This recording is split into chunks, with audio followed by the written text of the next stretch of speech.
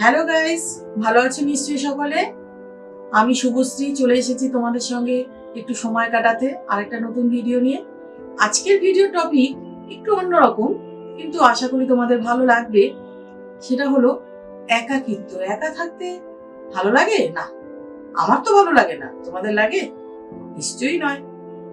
তো এই একা যাতে থাকতে না হয় তার জন্য তো আমাদেরও কিছু করতে হবে বন্ধু। আমার ভিডিও টপিক হচ্ছে আজকে এটাই, যে নিজেকে একা করে দিও না বন্ধু। একা করে দিলে হ্যাঁ, এর কিছু গুড সাইড এফেক্টস আছে, কিছু ব্যাড সাইড এফেক্টস আছে। তবে গুড এফেক্টস এর কথা পরেই না হয় আসি। নিতান্তই যদি একা হয়ে যেতে হয়, সেটাকে তো আমাদের ট্যাকেল করতে হবে, তাতেও খুশি থাকতে হবে, তাই না বন্ধু? কিন্তু আমরা প্রথমে চেষ্টা করব যাতে আমরা একা না হয়ে যাই। আমাদের ইদানিং সোসাইটিতে যেটা হয়েছে, আমাদের প্রত্যেকের, আমরা তো ম্যান হচ্ছে সামাজিক জীব, মানুষ হচ্ছে সামাজিক জীব। তো সেক্ষেত্রে আমাদের প্রত্যেকেরই ফিজিক্যাল কিছু ওয়ার্ল্ড আছে। আমরা, আমাদের পরিবার আছে, আমাদের বন্ধু আছে, আমাদের কর্মজগৎ আছে, আমাদের স্কুল কলেজ, বিভিন্ন জায়গায় বিভিন্ন বন্ধু বান্ধব আছে। এরা সবাই আমাদের ফিজিক্যাল ফ্রেন্ডস। আমরা যখন ক্লাসরুমে বসি, সব বন্ধুরা আমাদের পাশে থাকে, আমরা সব ফিজিক্যাল ফ্রেন্ডস। আমরা কিন্তু all are connected in physically. এই অল আর কানেক্টেড ফিজিক্যালি ব্যাপারটা কিন্তু শুধু ফিজিক্যালি থেকে যাচ্ছে, এখন মেন্টালি কিন্তু হচ্ছে না। মেন্টালি ক্ষেত্রে আমরা ভীষণভাবে নিজেদেরকে সবার মধ্যে থেকে একা করে নিচ্ছি। আমি মাঝখানে সম্প্রতি জিমে ভর্তি হয়েছিলাম। আমি জিমে যাওয়ার আগে দেখতাম, ঠিক 15-20 মিনিট আগে থেকে বেশ কিছু আমাদের এই জিমের যারা করছে বন্ধুরা, তারা প্রত্যেকে পাশাপাশি বসে আছে, all are busy in mobile. তারা মোবাইল নিয়ে কিন্তু ব্যস্ত আছে, কেউ কারো পরিচয় জানতেই চাইছে না বন্ধু। কোন জায়গায় আমরা চলে এসেছি দেখ। তারা একসাথে জিম করছে প্রতিদিন, মাসকে মাস, তারা বাড়ি চলে যাচ্ছে, কিন্তু কেউ কারোর নাম পরিচয় জানতেও চাইছে না, তারা মোবাইল নিয়ে ব্যস্ত। তাহলে আমরা যে মেন্টালি কানেক্টেড কেউ কাউকে করতে পারছি না, এর জন্য আমরা নিজেরাই দায়ী। এখন বেশিরভাগ ক্ষেত্রে দেখো, স্বামী স্ত্রীর, বিশেষ করে স্বামী স্ত্রীর সম্পর্কে কথা বলছি, যে কাজের থেকে ফেরার পর স্ত্রীকে হাজবেন্ডরা সময় দেয় না।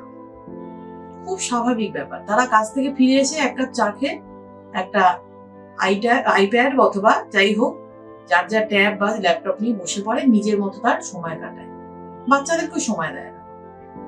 ওয়াইফও দেখা যাচ্ছে রিল করতে ব্যস্ত হয়ে পড়েছে, তার ফ্যামিলির জন্য তার কোনো সময় নেই। তো তার তো একটা সময় মন খারাপ হবে বন্ধু, তখন তাকে কে দেখবে? সে তো ভার্চুয়াল ফ্রেন্ডস নিয়ে ব্যস্ত রয়েছে, সে তো ফিজিক্যাল ফ্রেন্ডস চাইছে না। আমি যেটা বলবো বন্ধু আজকের ভিডিওতে, ফিজিক্যাল ফ্রেন্ডস করো, হ্যাঁ, একগাদা বন্ধু করো না।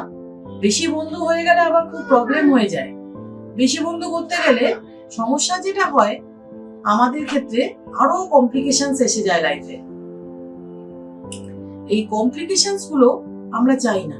তুমি দুটো একটা বন্ধু রাখো, যারা তোমাকে ভালোবাসবে, তোমার ইমোশনস কে দাম দেবে, যারা তোমাকে বুঝবে।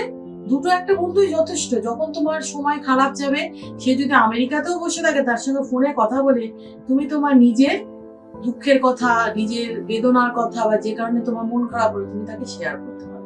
সে অনেক দূরে আছে ফিজিক্যালি, কিন্তু তুমি তার সঙ্গে মেন্টালি কানেক্টেড আছো, তাই তো বন্ধু? এবার আমি আসি পরের কথায়। এই একাকিত্বে আমরা তো চাইবো না। আমার প্রথম কথা হলো, একাকিত্ব আমরা চাইছি না। এবার না চাওয়ার জন্য যেটা করতে হবে, এই ভার্চুয়াল জগৎ থেকে খানিকটা হলো আমাদের নিজেদেরকে সরিয়ে আনতে হবে। তুমি ভিডিও শুনছো, তুমি আমার ভিডিও শুনছো, তুমি অনেকের ভিডিও শুনছো, একটা সময় শুনছো, কিন্তু যখন তুমি পরিবারের সাথে সময় কাটাবে, তখন তুমি ফেসবুক, হোয়াটসঅ্যাপ এগুলো নিয়ে খুব বেশি ব্যস্ত থেকো না। পরিবারকে সময় দাও। তুমি যখন সময় দেবে, সেও তোমাকে সময় দেবে। এবার আমি আসি আমার ভিডিওর পরের পার্টে, যে একাকিত্ব হয়ে গেল কোনো কারণে। অনেক সময় দেখা যায় খুব কাছের মানুষ, সে তোমায় ছেড়ে চলে গেল, তুমি একাকী হয়ে পড়লে। এই একাকিত্বটার জন্য তোমার কোনো হাত নেই, কিন্তু তোমাকে তো বাঁচতে হবে বন্ধু। যে যাওয়ার সে তো চলেই গেল, কিন্তু যে রয়ে গেল তাকে তো বাঁচতে হবে বন্ধু। এবং বাঁচতে গেলে ওই ডিপ্রেশন নিয়ে তো বাঁচা যাবে না। ডিপ্রেশন নিয়ে বাঁচা আর মরে গিয়ে বেঁচে থাকা দুটো একই, সুতরাং সেভাবে নয়। তাহলে আমরা একা থেকেও কিভাবে খুশি থাকতে পারি, সেটার জন্য আমি একটা টিপস বলছি। ধরো তুমি একা হয়ে গেলে কোনো কারণে, কোনো পরিস্থিতির শিকার হলে, বা অনেক সময় দেখা যায় তোমার খুব কাছের বন্ধু তোমাকে তোমার সঙ্গে ভীষণ রকম ভাবে বিশ্বাসঘাতকতা করেছে, তুমি বন্ধুদের উপর থেকে বিশ্বাস হারিয়ে ফেলেছো, তুমি একা হয়ে পড়েছো। সেক্ষেত্রে কি করতে হবে জানো? আমি একটা কথা বলি বন্ধু, এই একাকিত্ব কিন্তু ঈশ্বরের আশীর্বাদ। একাকিত্ব প্রয়োজন আছে। কি বললাম? একাকিত্ব ঈশ্বরের আশীর্বাদ। আমাদের প্রত্যেকের লাইফে একা না হওয়ারও যেমন গুরুত্ব আছে, কিছু ক্ষেত্রে কিন্তু একাকিত্বেরও প্রয়োজন আছে। একাকিত্ব হলেই আমরা নিজের দিকে তাকাতে পারি, নিজেকে জানতে পারি, নিজেকে চিনতে পারি। তুমি কে তোমাকে জানতে হবে বন্ধু। হ্যাপিনেসটা কিন্তু তোমার মধ্যে আছে। অন্য কেউ তোমাকে হ্যাপিনেস করার দায় নিয়ে রাখেনি, কেউ তোমাকে হ্যাপি করার কারোর দায় নেই। হ্যাপিনেস তোমার মধ্যে, কারোর দায় নেই তোমার মধ্যে হ্যাপিনেস ক্রিয়েট করা। সুতরাং আমি কে এটা জানতে গেলে কিন্তু আমাকে একা থাকতে হবে। সেই জন্য আমি বলছি একাকিত্ব কিন্তু ঈশ্বরের আশীর্বাদ।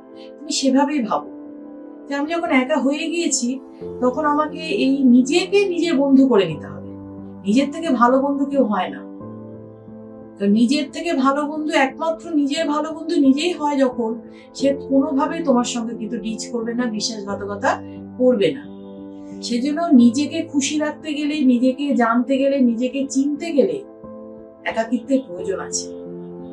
যখন একা হয়ে যাবে বন্ধু, ঠিক এইভাবেই নিজেকে খুশি রাখো, নিজেকে জানো, নিজেকে চেনো, নিজেকে সময় দাও। বোঝাতে পারলাম বন্ধু? এই টপিকটাও অনেকটাই বড়। পরবর্তীকালে আমি আবার এই টপিক নিয়ে আবার আসবো তোমাদের কাছে। আজকের মতো এখানেই আমার ভিডিও শেষ করছি। যদি আমার ইউটিউব চ্যানেল ভালো লাগে অবশ্যই সাবস্ক্রাইব করে দিও। তোমাদের কমেন্ট, তোমাদের শেয়ার সবটাই আমার কাছে ভীষণ প্রয়োজনীয়। আর পাশে থাকা যে বেল আইকনটা আছে সেটা প্রেস করে দিও। ভালো থেকো বন্ধু।